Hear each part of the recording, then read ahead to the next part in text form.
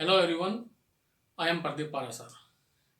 आज हम समन केस और वारंट केस के बारे में बात करेंगे।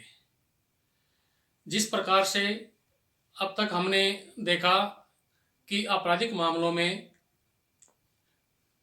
Cognizable and non cognizable, bailable and non bailable मामले होते हैं, उसी प्रकार से समन केस और वारंट केस भी होता है। आपराधिक मामलों में प्रकृति और प्रक्रिया की दृष्टि से आपराधिक मामलों को दो वर्गों में बांटा गया है, समन केस और वारंट केस। अब सबसे पहले हमें यह देखना है कि ये होते क्या है। What is summon case?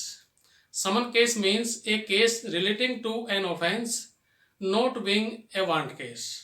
यानी कि समन केस वह केस है जो किसी अपराध से संबंधित है, लेकिन वह वारंट केस नहीं है।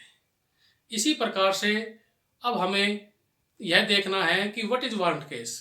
Warrant case means a case relating to an offence and punishable by death, life imprisonment and imprisonment for a term exceeding 2 years। यानी कि वारंट केस वह केस है जो किसी आपराधिक मामले से संबंधित है और जिसमें मृत्युदंड, आजीवन कारावास या फिर 2 वर्ष से अधिक के कारावास से दंडनीय है।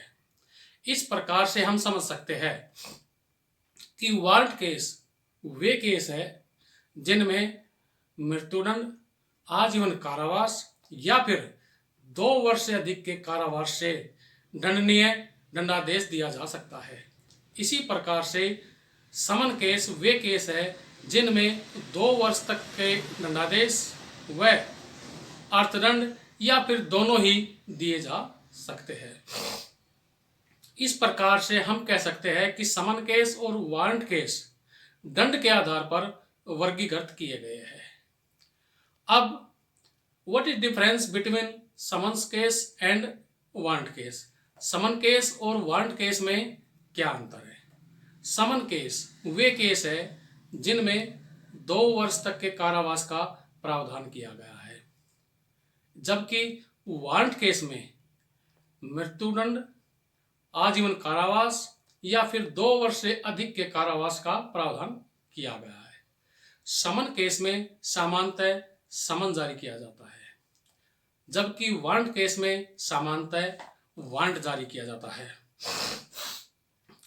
समन केस में या समन केस के विचारण के दौरान औपचारिक तौर पर आरोप का विरोचित किया जाना आवश्यक नहीं है, जबकि वारंट केस में औपचारिक तौर पर आरोप का विरोचित किया जाना आवश्यक है।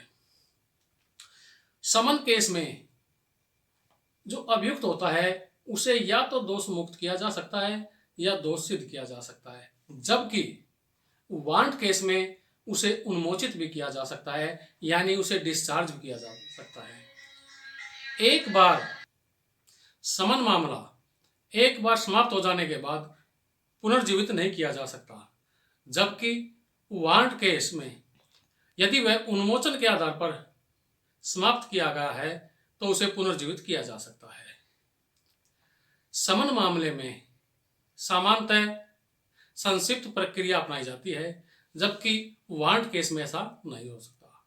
समन केस में परिवाद के मामले में यदि परिवादी यानी कंप्लेंट केस में यदि कंप्लेनेंट अनुपस्थित रहता है तो कंप्लेंट को खारिज करते हुए अभियुक्त को दोष मुक्त कर दिया जाता है, जबकि वारंट केस में ऐसा नहीं होता। समन मामलों में कंप्लेनेंट द्वारा कंप्लेंट को वापस लिया जा सकता है, जबकि वारंट केस में ऐसा नहीं होता। यदि लिया भी जा सकता है तो वह न्यायालय की अनुज्ञा से और प्रोसिक्यूशन की प्रार्थना पर। समन केस में अभियुक्त को दंड के प्रश्न पर सुने जाने की आवश्यकता नहीं होती, जबकि वारंट मामले में अभियुक्त को दंड के प्रश्न पर सुना जाना आवश्यक है। इसके साथ ही यदि किसी मामले में समन या वारंट जारी कर दिया जाता है तो उससे उसकी प्रक्रिया में बदलाव नहीं होता। यानी कि यदि किसी केस में वारंट जारी कर दिया जाता है तो इसका मतलब यह नहीं है कि वह वारंट केस हो गया है। धन्यवाद दोस्तों, मेरे इस चैनल को आप सभी का बहुत प्यार मिल रहा है और मैं आशा करता हूं कि आप इसी प्रकार से मेरे चैनल को आगे बढ़ाने के लिए सब्सक्राइब, लाइक और शेयर करते रहेंगे। धन्यवाद।